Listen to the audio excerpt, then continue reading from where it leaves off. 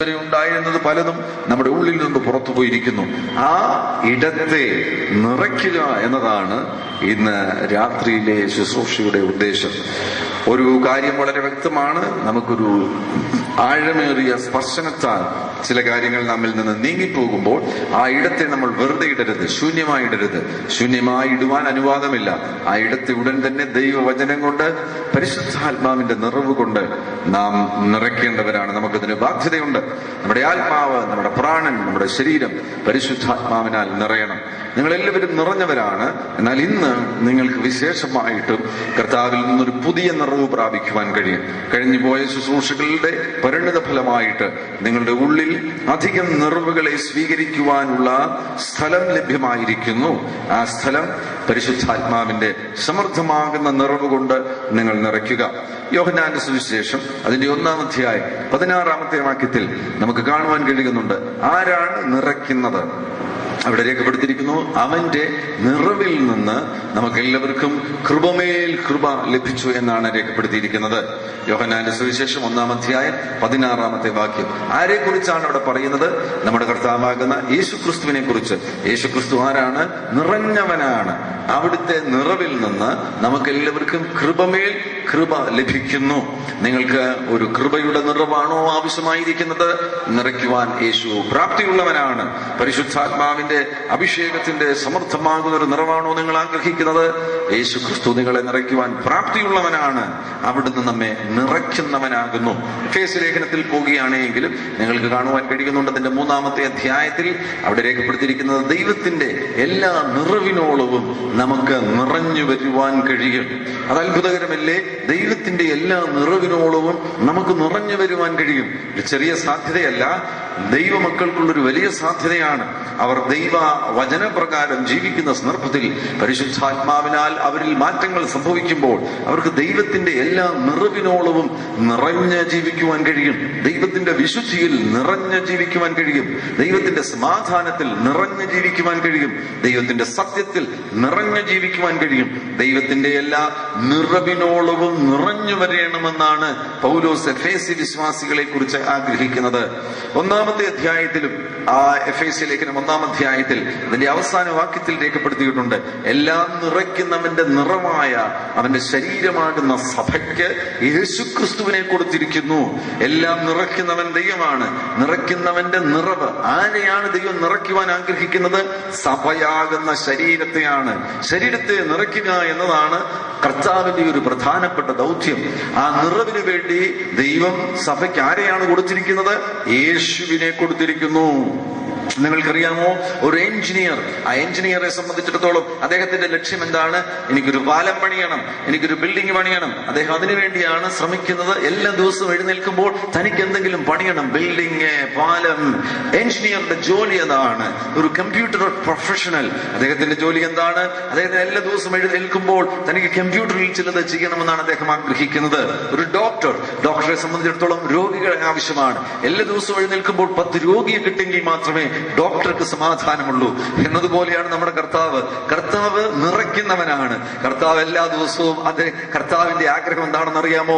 10 പേരെ എനിക്ക് നിറയ്ക്കണം. ആമേൻ. ആഗ്രഹിക്കുന്ന ചില പാത്രങ്ങളെ എനിക്ക് നിറയ്ക്കണം. ദാഹത്തോടുകൂടി ആയിരിക്കുന്ന ചില പാത്രങ്ങളെ എനിക്ക് നിറയ്ക്കണം. ഇന്ന് രാത്രിയിൽ പാറശാലയിൽ അതുകൊണ്ട് യേശു വന്നിട്ടുണ്ട്. വെറുതെയല്ല യേശു വന്നിരിക്കുന്നത്. ഇവിടെ ചിലരെ നിറയ്ക്കുവാൻ വേണ്ടിയാണ് യേശു കടന്നു വന്നിരിക്കുന്നത്. ആമേൻ. ആഗ്രഹമുള്ളവർ ഇതിന്റെ നടുവിലുണ്ടെങ്കിൽ നിങ്ങൾ പരിശുദ്ധാത്മാവിന്റെ ഒരു പുതിയ സ്പർശനത്താൽ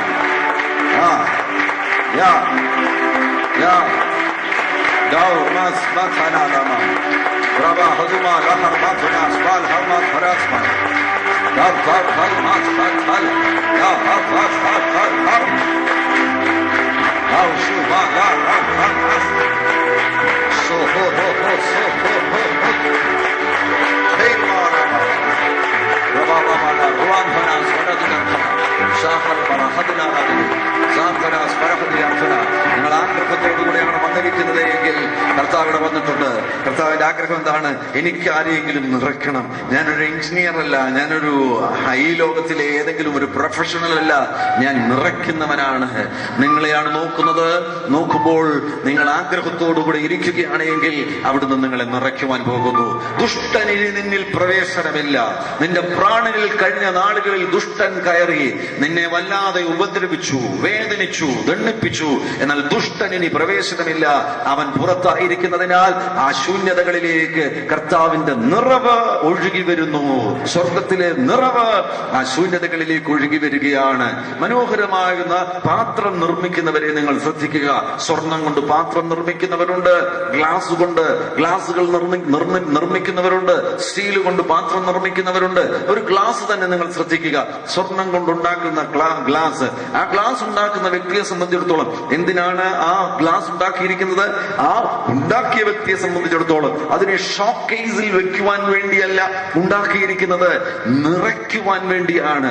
ഈ ഗ്ലാസിൽ വീഞ്ഞ് ഒഴിച്ച് നിറയ്ക്കണം. ഈ ഗ്ലാസിൽ മധുരമുള്ള വെള്ളം ഒഴിച്ച് നിറയ്ക്കണം. ഈ ഗ്ലാസിൽ ലഹരി ഉള്ളത് നിറയ്ക്കണം. നിറയ്ക്കുവാൻ വേണ്ടിയാണ് അത് നിർമ്മിച്ചവൻ അതിനെ ഉണ്ടാക്കിയിരിക്കുന്നത്. നിറഞ്ഞാൽ ഈ പാത്രത്തിനും യഥാർത്ഥത്തിൽ ഈ പാത്രത്തിന്റെ ആഗ്രഹം എന്താണ്? എന്നെ നിറയ്ക്കണമേ, എന്നെ നിറയ്ക്കണമേ, എന്നെ നിറയ്ക്കണമേ. ഈ പാത്രത്തിന് അറിയാം, നിറഞ്ഞാൽ ഒരു ഗുണമുണ്ട്. നിറഞ്ഞാൽ ചിലർ ഇതിനെ എടുത്തുയർത്തിയിട്ട് ചുണ്ടോട് അടുപ്പിക്കുവാൻ ഇടവരും. വിശ്വസിച്ചുകൊള്ളുക. ഇതിന്റെ നടുവിൽ ചിലരെ അവരുടെ ഉള്ളിലുള്ള നന്മകളെ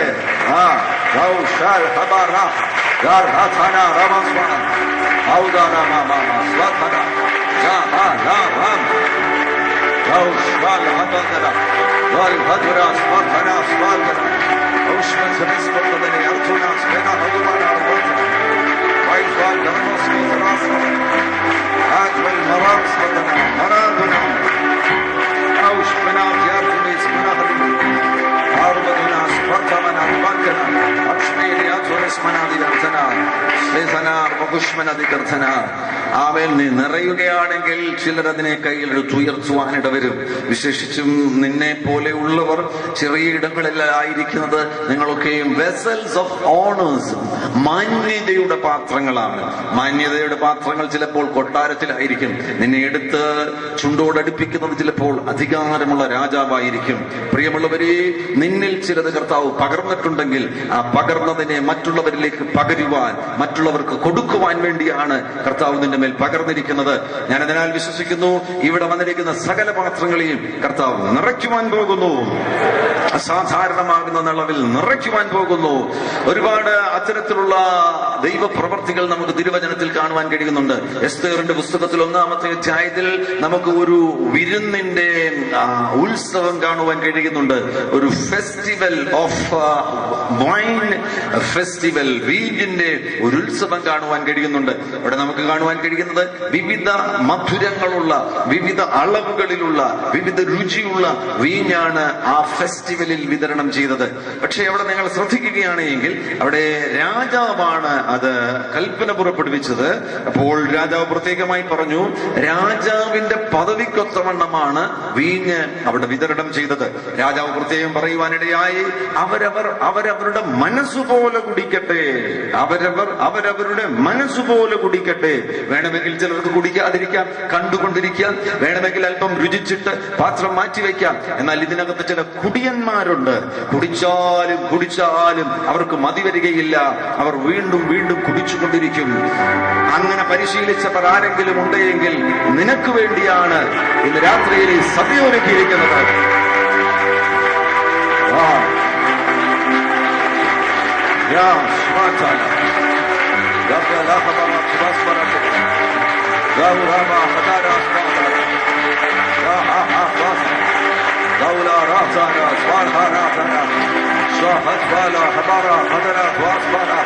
നിറയട്ടെ, നിറയട്ടെ, നിറയട്ടെ, നിറയട്ടെ, നിറയട്ടെ, നിറയട്ടെ.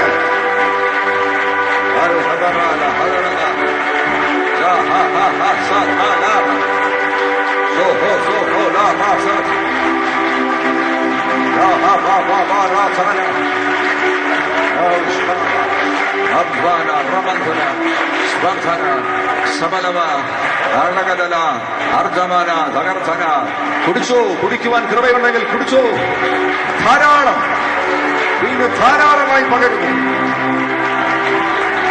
Oh, Habala, Yaraba, Haradana, Atha, Satwana, Varthumana, Varthumana, Ramantwana, Ramantwana, Ramantwana, Varman,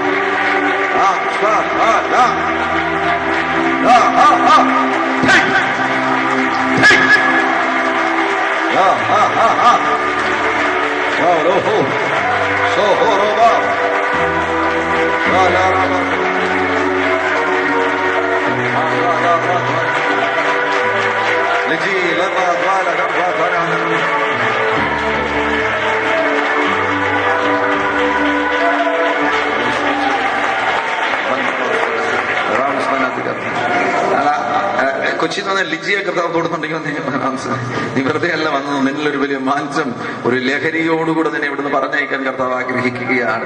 ഈ മകനെ കർത്താവെ തൊടണമേ, ഇവന്റെ തല മുതൽ പാദം വരെ ഇവന്റെ പാത്രത്തിനകത്ത് ഈ സ്വർഗീയ വീഞ്ഞിന്റെ പകർച്ചയെന്നുണ്ടാകുവാൻ ഇടവരട്ടെ. ഈ ചെറുപ്പക്കാരനെ സ്വർഗീയ ലഹരിയുടെ ഉള്ളിലാക്കണമേ.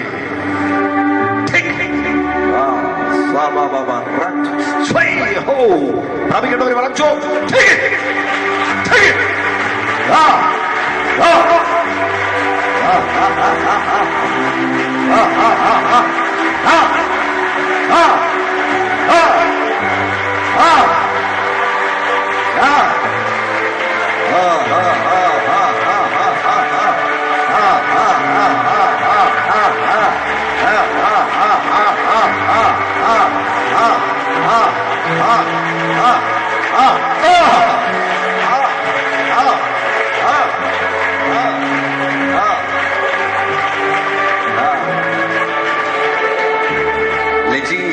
ഇതാണ് എന്നെ 19 വർഷം 20 വർഷം മുന്നമേ എന്നെ കർത്താവ് ഈ ലഹരിക്കകത്തായി എടുത്തിട്ടത്. അത് ഞാൻ അന്ന് അനുഭവിച്ചു തുടങ്ങിയത് കൊണ്ടാണ്, അന്ന് മുതൽ അനുഭവിച്ചു തുടങ്ങിയത് കൊണ്ടാണ് എനിക്ക് ഈ കളം വിട്ട് പുറത്ത് ചാടാൻ കഴിഞ്ഞില്ല.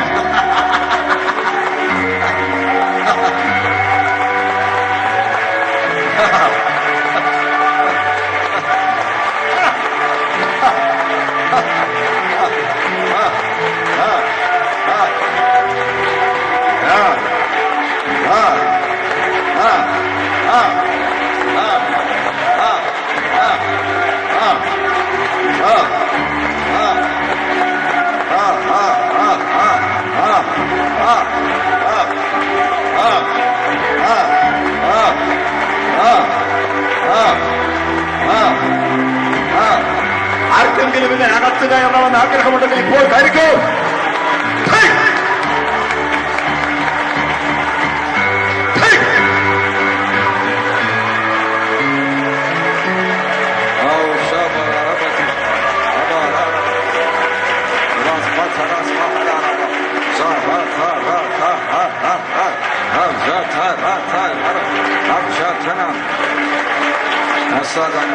നിനക്കിതുവരെയും ഈ വീഞ്ഞിന്റെ രുചി മനസ്സിലാക്കിയില്ലെങ്കിൽ ഇന്ന് രാത്രി മനസ്സിലാക്കിക്കോ.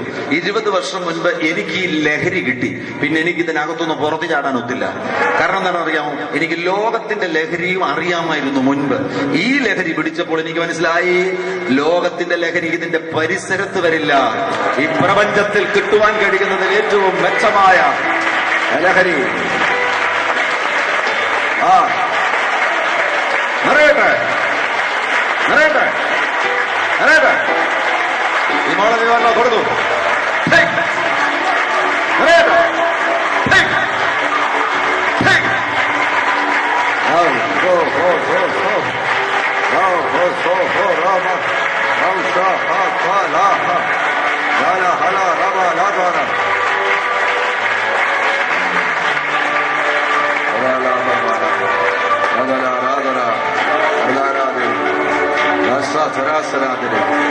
ആന്തരിക സൗഖ്യ ശുശ്രൂഷയുടെ സമാപനത്തിൽ ഇത് തന്നെയാണ് നടക്കുന്നത്.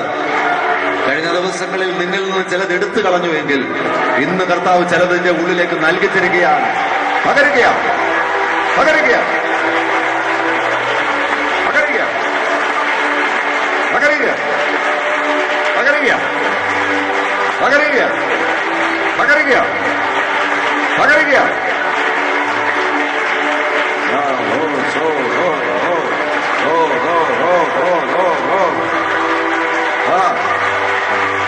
മോളെ ദൈവം കൊടുത്തു. ഭരിച്ചോ സഹോദരി, ഭരിച്ചോ.